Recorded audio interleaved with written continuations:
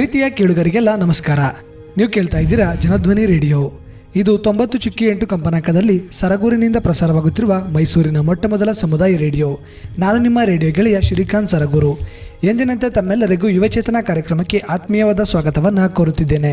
ಪ್ರಿಯ ಕೇಳುಗರೆ, ಇಂದಿನ ಯುವಚೇತನ ಕಾರ್ಯಕ್ರಮದಲ್ಲಿ ನಮ್ಮ ಜೊತೆ ಇದ್ದಾರೆ ನಮ್ಮ ಸ್ವಾಮಿ ವಿವೇಕಾನಂದ ಯೂತ್ ಮೂವ್ಮೆಂಟ್ನ ಅಂಗಸಂಸ್ಥೆಯಾದ ವಿವೇಕ ಗ್ರಾಮೀಣ ಜೀವನಾಧಾರ ಕೇಂದ್ರ ವತಿಯಿಂದ ಜರುಗುತ್ತಿರುವ ವಿವಿಧ ರೀತಿಯ ವೃತ್ತಿಪರ ತರಬೇತಿಗಳಲ್ಲಿ ಒಂದಾದಂತಹ ಪಂಚಕರ್ಮ ಥೆರಪಿ ಮತ್ತು ಯೋಗ ಬೇಸಿಕ್ ತರಬೇತಿಯನ್ನು ಪಡೆದು ಪ್ರಸ್ತುತ ಈ ಕ್ಷೇತ್ರದಲ್ಲಿ ಅಥವಾ ಈ ವಿಷಯದಲ್ಲಿ ತಮ್ಮ ಒಂದು ಕೌಶಲ್ಯವನ್ನು ಹೆಚ್ಚಿಸಿಕೊಳ್ಳುವ ಮುಖಾಂತರ ಪ್ರಸ್ತುತ ನಮ್ಮ ಸರಗೂರಿನ ವಿವೇಕಾನಂದ ಸ್ಮಾರಕ ಆಸ್ಪತ್ರೆಯಲ್ಲಿ 6 ತಿಂಗಳ ಕಾಲ ಕೌಶಲ್ಯವನ್ನು ಹೆಚ್ಚಿಸಿಕೊಂಡು ಈ ವಿಷಯದಲ್ಲಿ ತರಬೇತಿಯನ್ನು ಪಡ್ಕೊಂಡು ಪ್ರಸ್ತುತ ಮುಂದಿನ ಭವಿಷ್ಯದಲ್ಲಿ ವೃತ್ತಿಪರ ಆಯ್ಕೆಯನ್ನು ಹುಡುಕಿಕೊಳ್ಳುವ ನಿಟ್ಟಿನಲ್ಲಿ ತಮ್ಮ ಒಂದು ತರಬೇತಿಯನ್ನು ಪೂರ್ಣಗೊಳಿಸಿರುವಂತಹ ವಿದ್ಯಾರ್ಥಿಗಳಾದಂತಹ ಕುಮಾರಿ ಪ್ರಿಯಾ ಹಾಗೂ ಪ್ರಜ್ವಲ್ ರವರು ಇಂದಿನ ಯುವಚೇತನ ಕಾರ್ಯಕ್ರಮದಲ್ಲಿ ನಮ್ಮ ಜೊತೆ ಇದ್ದಾರೆ. ಇವರು ಇಂದಿನ ಕಾರ್ಯಕ್ರಮದಲ್ಲಿ ಈ ಒಂದು ಪಂಚಕರ್ಮ ಥೆರಪಿ ಹಾಗೂ ಯೋಗ ಬೇಸಿಕ್ನ ಕುರಿತು ಪ್ರಸ್ತುತ ಈ ತರಬೇತಿಯನ್ನು ಪಡೆದಿರುವಂಥದ್ದು ತಮ್ಮ ಒಂದು ವೃತ್ತಿಪರ ಆಯ್ಕೆಗೆ ಎಷ್ಟೆಲ್ಲ ಅವಕಾಶವನ್ನು ಮಾಡಿಕೊಡಿದೆ ಅನ್ನೋದು ಕುರಿತು ತಮ್ಮ ಅನುಭವವನ್ನು ನಮ್ಮ ಜೊತೆ ಹಂಚಿಕೊಂಡಿದ್ದಾರೆ. ಹಾಗಾದರೆ ಬನ್ನಿ ಅವರನ್ನ ಕಾರ್ಯಕ್ರಮಕ್ಕೆ ಸ್ವಾಗತಿಸಿ ಈ ತರಬೇತಿ ಹಾಗೂ ಮುಂದಿನ ಭವಿಷ್ಯದ ಕುರಿತು ಮತ್ತಷ್ಟು ಮಾಹಿತಿಯನ್ನು ತಿಳಿದು ಬರೋಣ. ಪ್ರಿಯ ಅವರೇ, ತಮಗೆ ಕಾರ್ಯಕ್ರಮಕ್ಕೆ ಸ್ವಾಗತವನ್ನು ಕೊಡ್ತಾ ಇದ್ದೀನಿ. ಎಲ್ಲರಿಗೂ ನಮಸ್ಕಾರ. ಪ್ರಜ್ವಲ್ ಅವರೇ, ತಮಗೂ ಕೂಡ ಸ್ವಾಗತವನ್ನು ಕೊಡ್ತಾ ಇದ್ದೀನಿ. ಎಲ್ಲರಿಗೂ ನಮಸ್ಕಾರ. ಮೊದಲಿಗೆ ತಮ್ಮ ಒಂದು ವೈಯಕ್ತಿಕ ಪರಿಚಯ ಹಾಗೂ ಶಿಕ್ಷಣದ ವಿವರವನ್ನು ತಿಳಿಸ್ಕೊಡಿ.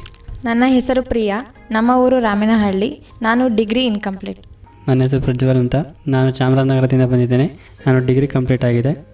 ಹಾಗಿದ್ರೆ ತಾವು ದ್ವಿತೀಯ PUC ಶಿಕ್ಷಣವಂತೂ ಕನಿಷ್ಠವಾಗಿ ತಾವು ಪಡೆದಿದ್ದೀರಾ. ಹೌದು. ಆದರೂ ಈ PTYB ತರಬೇತಿಯನ್ನು ಪಡ್ಕೋಬೇಕು ಅಂತ ತಮಗೆ ಹೇಗೆ ಅನ್ನಿಸ್ತು? ಇದ್ರ ಬಗ್ಗೆ ತಮಗೆ ಯಾರು ಮಾಹಿತಿ ಕೊಟ್ಟರು? ನಾವಿವಾಗ ಡಿಗ್ರಿ ಮಾಡಿದ ಮೇಲೆ ಎಲ್ಲರೂ ಕೇಳೋ ಕ್ವಶನ್ನು ವಾಟ್ ನೆಕ್ಸ್ಟ್ ಅಂತ. ಸೊ ನಮಗೆ ಏನು ಮಾಡಬೇಕು ಅಂತ ನೆಕ್ಸ್ಟು ಜಾಬ್ನ ಹುಡುಕ್ತಾ ಇರ್ತೀವಿ. ಅದೇ ನಮಗೆ ಇವಾಗ ಡಿಗ್ರಿಗೆ ಹೋಗ್ತಿರ್ಬೇಕಿದ್ರೇ ಮೊಬೈಲೈಸರ್ ನಮಗೆ ಇನ್ಫಾರ್ಮೇಷನ್ ಕೊಟ್ಟಿದ್ರು. PTYB ಅಂದರೆ ಏನು, ಅದನ್ನು ಎಷ್ಟು ಡ್ಯೂರೇಷನ್ ಇರುತ್ತೆ, ಆ ಕೋರ್ಸ್ ಮಾಡಿದ್ಮೇಲೆ ನಮ್ಗೆ ಯಾವ ಕಡೆ ಯಾವ ಥರ ಪ್ಲೇಸ್ಮೆಂಟ್ ಮಾಡ್ತಾರೆ, ಆಮೇಲೆ ನಾವು ಯಾವ ಥರ ಸ್ಯಾಲ್ರಿ ತೊಗೋಬೋದು, ಅದೆಲ್ಲನೂ ಕೂಡ ನಮಗೆ ಡೀಟೇಲಾಗಿ ಹೇಳಿದರು. ಆವಾಗ ಆಫ್ಟರ್ ಡಿಗ್ರಿ ಆದಮೇಲೆ ನಾವು ಜಾಬ್ನ ಹುಡುಕ್ಬೇಕಾಗುತ್ತೆ. ಅದಕ್ಕೆ ಇವಾಗ ಅದೇ ಬಯಸಿ ಬಂದಿದ್ದು ಇದು ಅಂತ ಹೇಳ್ತಾರಲ್ಲ, ಅದೇ ಥರ ಅದೇ ಬಂದಮೇಲೆ ನಾವು ಯಾಕೆ ಚೂಸ್ ಮಾಡಬಾರ್ದು ಅಂತ ಅಂದ್ಕೊಂಡು ಸೊ ನಾನು PTYB ಕೋರ್ಸ್ನ ಚೂಸ್ ಮಾಡಿದೆ. ಆ್ಯಕ್ಚುಲಿ ನಾನು ಡಿಗ್ರಿ ಕಂಪ್ಲೀಟ್ ಆದಮೇಲೆ ಮೈಸೂರಲ್ಲಿ ಟೈಟನ್ ವೇಲ್ನೆಸ್ ಅಂತ ಫ್ಯಾಕ್ಟ್ರಿಯಲ್ಲಿ ವರ್ಕ್ ಮಾಡ್ತಿದ್ದೆ. ಸೊ ಅಲ್ಲಿ ಮಾಡ್ಬೇಕಾದ್ರೆ ನನಗೆ ಡಿಗ್ರಿ ಕಂಪ್ಲೀಟ್ ಮಾಡಿ ಇಲ್ಲಿ ವರ್ಕ್ ಮಾಡ್ತಿದ್ದೀನಿ ಅಂತ ಕಂಫರ್ಟಬಲ್ ಆಗಿಲ್ಲ. ಸೊ ಅದರಿಂದ ವಿವೇಕಾನಂದ ಸ್ಮಾರಕ ಆಸ್ಪತ್ರೆಯಲ್ಲಿ PTYB ಕೋರ್ಸ್ ಅಂತ ಮಾಹಿತಿ ಬಂತು. ಸೊ ಅದರಿಂದ ಇದು ಹಾಸ್ಪಿಟ್ಲಲ್ಲಿ ವರ್ಕ್ ಮಾಡೋದ್ರಿಂದ ಒಳ್ಳೆ ಪ್ರೊಫೆಷನಲಿಯಾಗಿರುತ್ತೆ ಅಂತ ಚೂಸ್ ಮಾಡಿ ಅದರಿಂದ ನಾನು ಇದನ್ನು ಚೂಸ್ ಮಾಡಿದೆ. ಇದರಿಂದ ನನಗೆ ಇನ್ಫಾರ್ಮೇಷನ್ ಕೊಟ್ಟಿದ್ದು ಸುಧಾರಣೆ ಮೇಡಮ್ ಅಂತ. ನನಗೆ ಇನ್ಫಾರ್ಮೇಷನ್ ಕೇಳಿದ ಮೇಲೆ ಇಷ್ಟ ಆಯಿತು. ಸೊ ಅದರಿಂದ ನಾನು ಇದು ಚೂಸ್ ಮಾಡಿ ಇದರಲ್ಲಿ ವರ್ಕ್ ಮಾಡ್ತಾಯಿದ್ದೀನಿ. ಹಾಗಿದ್ರೆ ತಾವು ಯಾವುದೇ ಒಂದು ತರಬೇತಿ ಪಡ್ಕೋಬೇಕು, ಯಾವುದೇ ಒಂದು ಕೋರ್ಸನ್ನು ಮಾಡಿ ಅದರಲ್ಲಿ ಉದ್ಯೋಗವನ್ನು ಹುಡುಕೋಬೇಕು ಅಂದರೆ ಅದ್ರ ಬಗ್ಗೆ ಚೆನ್ನಾಗಿ ನೀವು ತಿಳಿದು ಆ ತರಬೇತಿಗೆ ಸೇರ್ಕೋಬೇಕಾಗುತ್ತೆ. ಹಾಗಿದ್ರೆ ಈ PTYB ಅನ್ನೋದ್ರ ಬಗ್ಗೆ ತಾವು ಯಾರ ಹತ್ರ ಹೇಗೆ ಅದನ್ನು ತಿಳ್ಕೊಂಡ್ರಿ, ಅದ್ರ ಬಗ್ಗೆ ನಮ್ಮ ಕೇಳುಗರಿಗೆ ಒಂದಷ್ಟು ಈ ತರಬೇತಿ ಕುರಿತು ಮಾಹಿತಿಯನ್ನು ಹಂಚ್ಕೊಳ್ಳಿ. PTYB ಅಂತಂತಂದರೆ panchakarma therapy and yoga basics ಅಂತಂದರೆ ಇವಾಗ ಪಂಚಕರ್ಮ ಅಂತಂತಂದರೆ ಅಕಾರ್ಡಿಂಗ್ ಟು ಸುಶ್ರುತ ಅವ್ರ ಪ್ರಕಾರನೇ ಬೇರೆ ಇರುತ್ತೆ, ಅಕಾರ್ಡಿಂಗ್ ಟು ಚರಕ ಅವ್ರ ಪ್ರಕಾರನೇ ಬೇರೆ ಇರುತ್ತೆ. ಫಸ್ಟ್ ಆಫ್ ಆಲ್ ಪಂಚಕರ್ಮ ಅಂತಂತಂದರೆ 5 procedure is done for the purifications of the body ಅಂತ ಕರಿತೀವಿ. ನಮ್ಮ ಬಾಡಿಲಿರೋ ಟಾಕ್ಸಿಲ್ಸ್ನ ಯಾವ ಥರ ಹೊರಗಡೆ ಹಾಕ್ತೀವಿ ಅದನ್ನು ಪಂಚಕರ್ಮಲ್ಲಿ ಹೇಳ್ತಾರೆ. ಇವಾಗ ನಮ್ಮ ಬಾಡಿಲಿರೋ ತ್ರಿದೋಷಸ್ ಇರ್ತವೆ, ಅದನ್ನು ಯಾವ್ಯಾವ ಥರ ಅದು ಸ್ಟೇಟ್ ಆಫ್ ಈಕ್ವಿಲಿಬ್ರಿಯಮ್ ಆಗಿ ಇರಬೇಕು, ಅದನ್ನು ನಾವು ಯಾವ ರೀತಿಯಲ್ಲಿ ಅಂದರೆ ರಿಮೂವ್ ಮಾಡ್ತೀವಿ ಆ ಥರದ್ರಲ್ಲಿ ಅಕಾರ್ಡಿಂಗ್ ಟು ಚರಕ ಅವ್ರ ಪ್ರಕಾರ ವಮನ, ವಿರೇಚನ, ನಸ್ಯ, ಬಸ್ತಿ ಅಂತ ಬರುತ್ತೆ. ರಕ್ತಮೋಕ್ಷಣ ಬರೋದು ಸುಶ್ರುತ ಅವ್ರ ಪ್ರಕಾರ, ಯಾಕಂದರೆ ಅವರು ಸರ್ಜರಿ ಮಾಡಿಬಿಟ್ಟು ಇದು ಮಾಡಿರೋದು. ಸೊ ಪಂಚಕರ್ಮ ಅಂತಂದರೆ ಇದು ಡೆಫಿನೇಷನ್ ಆಗಿರುತ್ತೆ. ದೆನ್ ಯೋಗ ಅಂತಂತಂದರೆ ಪೇಷಂಟ್ ಇವಾಗ ಯಾವ ಥರ ಪೇಷಂಟ್ಗೆ ಯಾವ ಥರ ಎಕ್ಸಸೈಸ್ ಆಗ್ಬೋದು, ಯೋಗ ಆಗ್ಬೋದು, ಯಾವ ಥರ ಮಾಡಿದ್ರೆ ಅವ್ರಿಗೆ ಬೇಗ ಕ್ಯೂರ್ ಆಗುತ್ತೆ ಅಂತ ಇರುತ್ತೆ. ಸೊ ಅದಕ್ಕೂ ಕೂಡ ಸಪ್ರೇಟು ಯೋಗ ಎಲ್ಲ ಹೇಳ್ಕೊಡೋಕ್ಕಿರ್ತಾರೆ, ಅದು ಅಲ್ಲಿಗೆ ಟೀಚ್ ಮಾಡ್ತಾರೆ. ಪೇಷಂಟ್ಗೆ ಬೇಗ ಯೂಸ್ಫುಲ್ ಆಗುತ್ತೆ. ಅಂದರೆ ಇವಾಗ ಕೆಲವು ಸ್ಟ್ರೋಕ್ ಪೇಷಂಟ್ಗಳೆಲ್ಲ ಇರ್ತಾರೆ, ಅವ್ರಿಗೆಲ್ಲರಿಗೂ ಕೂಡ ಎಲ್ಲನೂ ಮಾಡೋಕ್ಕಾಗಲ್ಲ. ಅಟ್ಲೀಸ್ಟ್ ಇವಾಗ ಚಿಕ್ಕ ಚಿಕ್ಕ ಎಕ್ಸಸೈಸ್ ಥರ ಎಲ್ಲ ಮಾಡಿದ್ರೆ ಸ್ವಲ್ಪ ಅವ್ರಿಗೂ ಕೂಡ ಹ್ಯಾಂಡ್ ಮೂಮೆಂಟ್ ಎಲ್ಲ ಗೊತ್ತಾಗಿದ್ರೆ ಬೇಗ ಕ್ಯೂರ್ ಆಗ್ತಾರೆ. ಸೊ ಯೋಗನೂ ಇರಬೇಕು ಮತ್ತು ಪಂಚಕರ್ಮ ಥೆರಪಿ ಕೂಡ ಇರಬೇಕು. ಎರಡು ಇದರಿಂದ ಇದೆಲ್ಲ ನಾವು ಪಂಚಕರ್ಮ ಅಂತಂದರೆ ಹರ್ಬಲ್ ಪ್ಲ್ಯಾಂಟ್ಸು ಮತ್ತು ಲೀವ್ಸು ಹರ್ಬಲ್ ಡ್ರಗ್ಸಿಂದ ಯೂಸ್ ಮಾಡೋದು. ಸೊ ಹರ್ಬಲ್ ಡ್ರಗ್ಸ್ ಯಾವುದೇ ಕಾರಣಕ್ಕೆ ಯಾವುದೂ ಸೈಡ್ ಎಫೆಕ್ಟ್ಸ್ ಇರಲ್ಲ, ಏನೂ ಇರಲ್ಲ. ಸ್ವಲ್ಪ ವಾಸಿ ಆಗೋದು, ಕ್ಯೂರ್ ಆಗೋದು ಸ್ವಲ್ಪ ಒಂಚೂರು ಡ್ಯೂರೇಷನ್ ತೊಗೊಂಡ್ರು, ಟೈಮ್ ತೊಗೊಂಡ್ರು ಅದೇ ಬೆಸ್ಟ್. ಯಾಕಂದರೆ ಇಂಗ್ಲೀಷ್ ಮೆಡಿಸನ್ ಅಂತಂದರೆ ಕೆಮಿಕಲ್ಸ್ ಎಲ್ಲ ಮಿಕ್ಸ್ ಮಾಡಿರ್ತಾರೆ. ಇದು ಆಯುರ್ವೇದ ಅಂತಂದರೆ ಪ್ಯೂರ್ ಹರ್ಬಲ್ ಡ್ರಗ್ಸ್ ಅದು. ಸೊ ಆಯುರ್ವೇದ ಅಂದರೆ ಬೆಸ್ಟ್. ಅಂದರೆ ಈ ಪಂಚಕರ್ಮ ಥೆರಪಿ ಆಗಿರ್ಬೋದು, ಯೋಗ ಆಗಿರ್ಬೋದು, ಇದು ನಮ್ಮ ಭಾರತೀಯ ಪುರಾತನ ಒಂದು ಚಿಕಿತ್ಸಾ ವಿಧಾನ. ಹೌದು ಸರ್, ಯಾಕಂತಂದರೆ ಇದು ಧನ್ವಂತರಿ ಅವರಿಂದ ಬಂದಿರೋಂಥದ್ದು. ಸೊ ಇದು ದೈವಿಕವಾಗೂ ಕೂಡ ಇದೆ. ಆಯುರ್ವೇದ ಅಂದರೆ ಅದು ಬೆಸ್ಟ್ ಅಂತಾನೆ. ಯಾಕಂದರೆ ಇಂಗ್ಲೀಷ್ ನಾನು ಹೇಳ್ದಂಗೆ ಇಂಗ್ಲೀಷ್ ಮೆಡಿಸನ್ ಅಂತಂದರೆ ಕೆಮಿಕಲ್ಸ್ ಎಲ್ಲ ಮಿಕ್ಸ್ ಮಾಡಿರ್ತಾರೆ. ಅದಾದಮೇಲೆ ಇವಾಗ ವಾಸಿಯಾಗಿರುತ್ತೆ, ಬಟ್ ಆಫ್ಟರ್ ಒಂದು 2 years 3 years ಆದಮೇಲೆ ಕೂಡ ಮತ್ತೆ ಅದು ಬರೋ ಚಾನ್ಸಸ್ ಬೇಕಿದ್ರೆ ಇರುತ್ತೆ. ಆದರೆ ಆಯುರ್ವೇದ ಹಾಗಲ್ಲ, ಅದು ಕಂಪ್ಲೀಟಾಗಿ ವಾಸಿ ಆಗುತ್ತೆ. ಅದು ಟೈಮ್ ತೊಗೊಂಡ್ರೂ ಕಂಪ್ಲೀಟಾಗಿ ಕ್ಯೂರ್ ಆಗುತ್ತೆ ಸರ್. ಈಗ ತಾವು ಪದವಿ ಶಿಕ್ಷಣವನ್ನು ಮುಗಿಸಿ ಒಂದೆಡೆ ಕೆಲಸವನ್ನು ಮಾಡ್ತಾ ಇದ್ರಿ. ಆ ಕೆಲಸವನ್ನು ಯಾಕೆ ಬಿಡಬೇಕು ಅನ್ನಿಸ್ತು? ಈ ತರಬೇತಿಗೆ ಸೇರಿಕೊಂಡು ಈ ತರಬೇತಿನಲ್ಲಿ ಒಂದು ಉದ್ಯೋಗ ಮಾಡಬೇಕು ಅಂತ ತಮ್ಗೆ ಏನಕ್ಕೆ ಅನ್ನಿಸ್ತು? ಅಂದರೆ ನಾನು ಮೈಸೂರಲ್ಲಿ ಮಾಡಬೇಕಾದ್ರೆ BCom ಕಂಪ್ಲೀಟ್ ಮಾಡಿ ಇಲ್ಲಿ ವರ್ಕ್ ಮಾಡೋದು ಯಾಕೆ ಕಂಫರ್ಟಬಲ್ ಆಗಿಲ್ಲ. ಸೊ ಅದರಿಂದ ಈಗ ಹಾಸ್ಪಿಟ್ಲಲ್ಲಿ ವರ್ಕ್ ಮಾಡೋದ್ರಿಂದ ಏನೋ ಒಂಥರ ರೆಸ್ಪೆಕ್ಟ್ ಸಿಗುತ್ತೆ ಮತ್ತು ಕಂಫರ್ಟಬಲ್ ಆಗಿರುತ್ತೆ. ದೆನ್ ಒಂದು ವ್ಯಕ್ತಿಗೆ ನಾವು ಅವ್ರ ಪೇಯ್ನ ರಿಕವರಿ ಮಾಡ್ತಿದ್ದೀವಿ ಅಂದರೆ ಒಂದು ಸ್ವಲ್ಪ ನಮಗೆ ಪ್ರೌಡ್ ಫೀಲಿಂಗ್ ಇರುತ್ತೆ. ಸೊ ಅದರಿಂದ ನಾನು ಈ ಕೋರ್ಸ್ನ ಚೂಸ್ ಮಾಡಿ ಇದರಲ್ಲಿ ವರ್ಕ್ ಮಾಡೋಕ್ಕೆ ಇಷ್ಟಪಟ್ಟೆ. ತಾವು ಈ ತರಬೇತಿಗೆ ಸೇರ್ಕೊಂಡು ಈ ವಿಷಯದಲ್ಲಿ ಒಂದು ಕೌಶಲ್ಯವನ್ನು ಹೆಚ್ಚಿಸ್ಕೊಂಡು ಇದರಲ್ಲಿ ನಾನು ವೃತ್ತಿಪರ ಆಯ್ಕೆಯನ್ನು ಮಾಡ್ಕೋತೀನಿ ಅಂತ ಈ ತರಬೇತಿಗೆ ಸೇರ್ಕೊಳ್ಳೋಕೆ ಮುಂಚೆ ತಮ್ಮ ಕುಟುಂಬದವ್ರ ಜೊತೆ ಚರ್ಚೆ ಮಾಡಿದ್ರೆ, ಅದಕ್ಕೆ ತಮ್ಮ ಕುಟುಂಬಕ್ಕೆ ಸೂಚಿಸಿದ್ರ? ಹೌದು, ಅವರು ಎಲ್ಲಕ್ಕೂ ಸಪೋರ್ಟ್ ಮಾಡ್ತಾರೆ. ಸೊ ಅದರಿಂದ ನಾನು ಇದನ್ನು ಚೂಸ್ ಮಾಡಿದೆ. ತಾವು ಪದವಿ ಶಿಕ್ಷಣವನ್ನು ಅರ್ಧಕ್ಕೆ ನಿಲ್ಲಿಸಿ ಈ ತರಬೇತಿಗೆ ಸೇರಿದ್ದು. ನೀವು ಪದವಿ ಶಿಕ್ಷಣ ಅರ್ಧಕ್ಕೆ ನಿಲ್ಲಿಸಿ ಈ ತರಬೇತಿಗೆ ಸೇರ್ಕೊಳ್ಳೋಕ್ಕೆ ನಿಮ್ಮ ಮನೆಯವ್ರ ಜೊತೆ ಮಾತಾಡಿದಂಥ ಸಂದರ್ಭದಲ್ಲಿ ನಿಮ್ಮ ಮನೆಯವರ ಪ್ರತಿಕ್ರಿಯೆ ಹೇಗಿತ್ತು? ತರಬೇತಿಗೆ ಒಪ್ಕೊಂಡ್ರ? ಹಾಂ ಸರ್, ಖಂಡಿತ ಒಪ್ಕೊಂಡ್ರು. ಯಾಕಂದರೆ ನಮ್ಮ ಅಮ್ಮ ಸಿಂಗಲ್ ಪೇರೆಂಟು, ನಾನು ದಿನ ಡೇ ಸ್ಕಾಲರ್ ಸ್ಟೂಡೆಂಟ್ ಆಗಿದ್ದೆ. ಸೊ ದಿನ ಹೋಗೋಕ್ಕೆ ನನಗೆ ಹಿಂಸೆ ಆಗ್ತಿತ್ತು. ಸೊ ಇದು ನಿಯರೆಸ್ಟ್ ಪ್ಲೇಸ್ ಆಗಿರೋದ್ರಿಂದ ಆಯಿತು ಹೋಗು, ಅದು ಅಲ್ಲದೆ 6 monthಲ್ಲಿ ಯಾವುದೂ ಬೇಗ ಜಾಬ್ ಆಗಲ್ಲ, ಇದು ಬೇಗ ಜಾಬ್ ಆಗುತ್ತೆ. ಸೊ ಎಲ್ಲ ಮನೆಯಲ್ಲಿ ಆಯಿತು ಹೋಗು ಅಂತಲೇ ಹೇಳಿದ್ರು. ಹಾಗಿದ್ರೆ ತಾವು ಈ ತರಬೇತಿಗೆ ಸೇರ್ಕೊಳ್ಳಿಕ್ಕೆ ಬಂದಂಥ ಸಂದರ್ಭದಲ್ಲಿ ಆರಂಭದ ದಿನಗಳು ಹೇಗಿತ್ತು? ಆರಂಭದಲ್ಲಿ ತಮಗೆ ಈ ತರಬೇತಿ ಬಗ್ಗೆ ಏನೆಲ್ಲ ತರಗತಿಗಳನ್ನ ಶುರು ಮಾಡಿ ಈ ತರಬೇತಿ ಬಗ್ಗೆ ಕಲಿಸೋಕೆ ಶುರು ಮಾಡ್ತಾರೆ? ಮೊದಲು ನಮಗೆ ಮೊಬೈಲೈಸರ್ ಅಂತಂದರೆ ಸುಂದರ್ ಸರ್ ಅಂತ ಇದ್ದಾರೆ.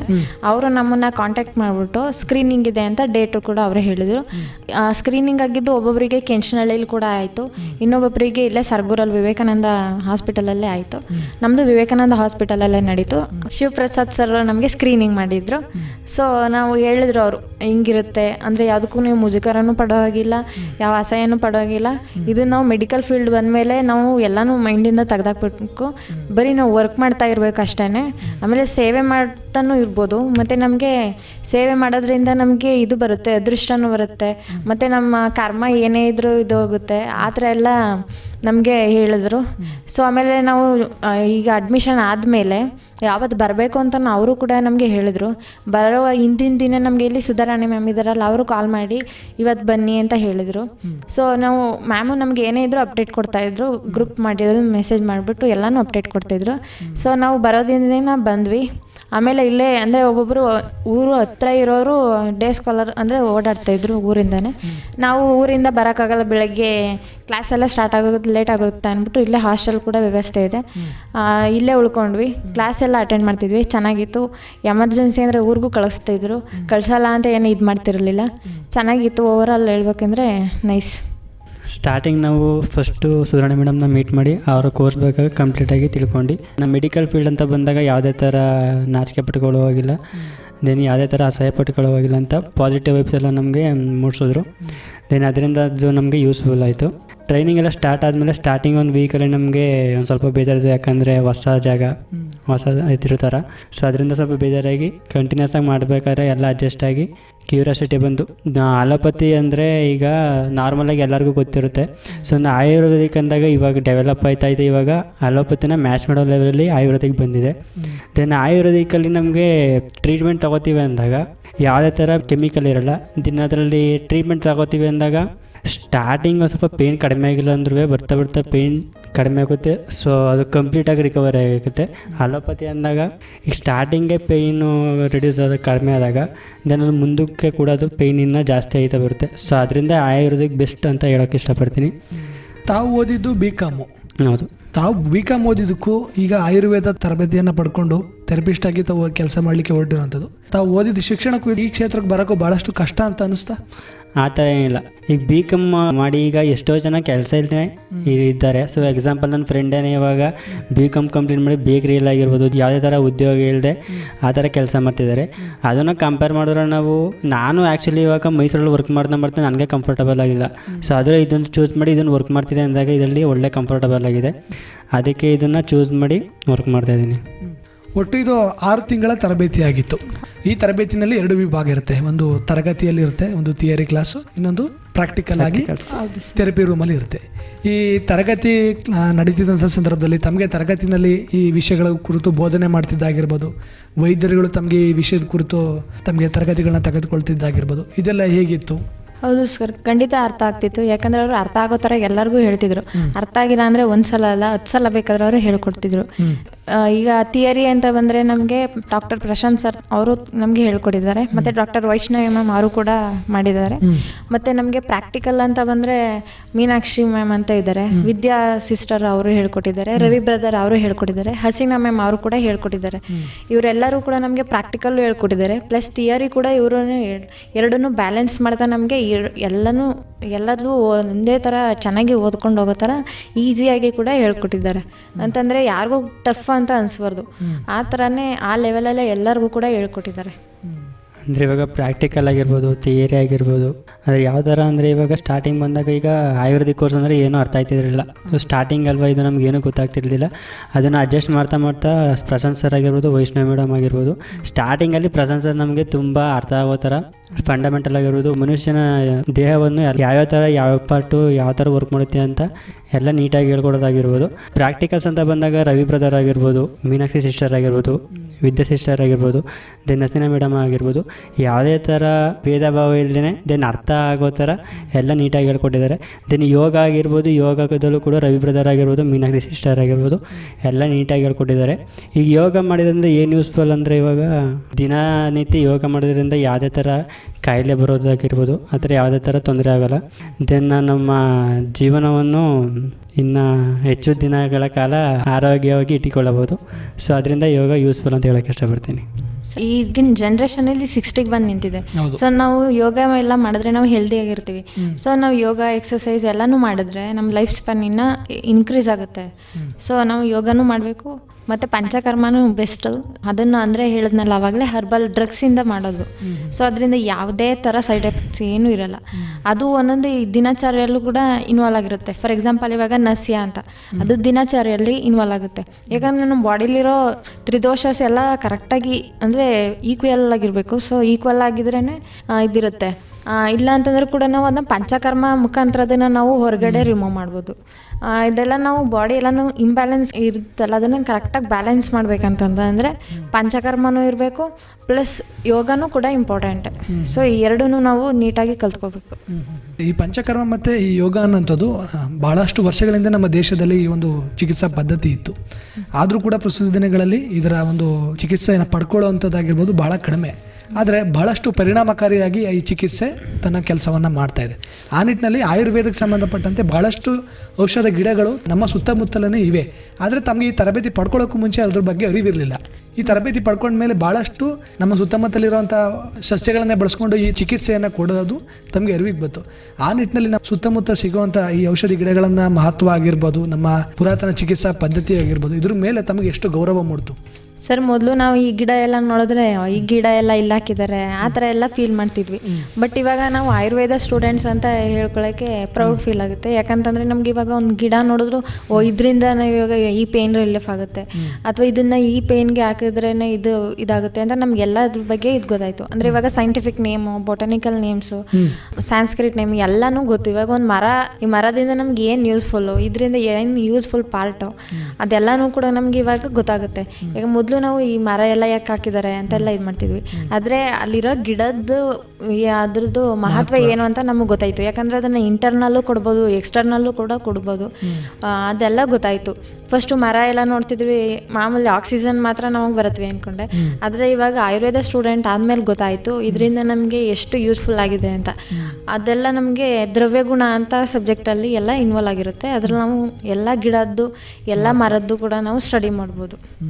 ಈಗ ನಾವು ಲೀವ್ಸ್ ಅಂದರೆ ಯಾವ ಥರ ಟ್ರೀಟ್ಮೆಂಟ್ಗೆ ಯಾವ ಥರ ಲೀವ್ಸ್ ಯೂಸ್ ಮಾಡ್ತೀವಿ ಅಂತ ತಿಳ್ಕೊಳ್ಳೋದ್ರಿಂದ ಈಗ ಮನೇಲೇ ನಾವು ಅಪ್ಪ ಅಮ್ಮಂಗೆ ಅಥವಾ ಬೇರೆಯವ್ರಿಗೆ ಕಾಯಿಲೆ ಬಂದಾಗ ಅದನ್ನು ಕೊಡೋದ್ರಿಂದ ಅವರು ಅಲೋಪತಿಗೆ ಹೋಗೋ ಅವಶ್ಯಕತೆನೇ ಇಲ್ಲ. ಈಗ ಆಯುರ್ವೇದಿಕಲ್ಲಿ ಮೇನ್ ಏಮ್ಸ್ ಏನಂದರೆ to maintain the health of healthy peoples, ಅಂದರೆ ಆರೋಗ್ಯವಂತವರಿಗೆ ಯಾವುದೇ ಥರ ರೋಗ ಬರದೇ ಇರೋ ಥರ ಟ್ರೀಟ್ಮೆಂಟ್ ಕೊಡೋದೆ ಆಯುರ್ವೇದಿಕ್ಕು. ಸೊ ಈಗ ಆಯುರ್ವೇದಿಕಲ್ಲಿ ನೀವು ಟ್ರೀಟ್ಮೆಂಟ್ ತಗೊಂಡಾಗ ಯಾವುದೇ ಥರ ರೋಗ ಬರೋಲ್ಲ. ಸೊ ನೀವು ಟ್ರೀಟ್ಮೆಂಟ್ ತೊಗೊಂಡಾಗ ಅಲೋಪತಿ ಟ್ರೀಟ್ಮೆಂಟ್ ತಗೊಳ್ಳೋ ಅವಶ್ಯಕತೆನೇ ಇರೋಲ್ಲ. ಸೊ ಅದರಿಂದ ಆಯುರ್ವೇದಿಕ್ ಬೆಸ್ಟ್ ಅಂತ ಹೇಳೋಕ್ಕೆ ಇಷ್ಟಪಡ್ತೀನಿ.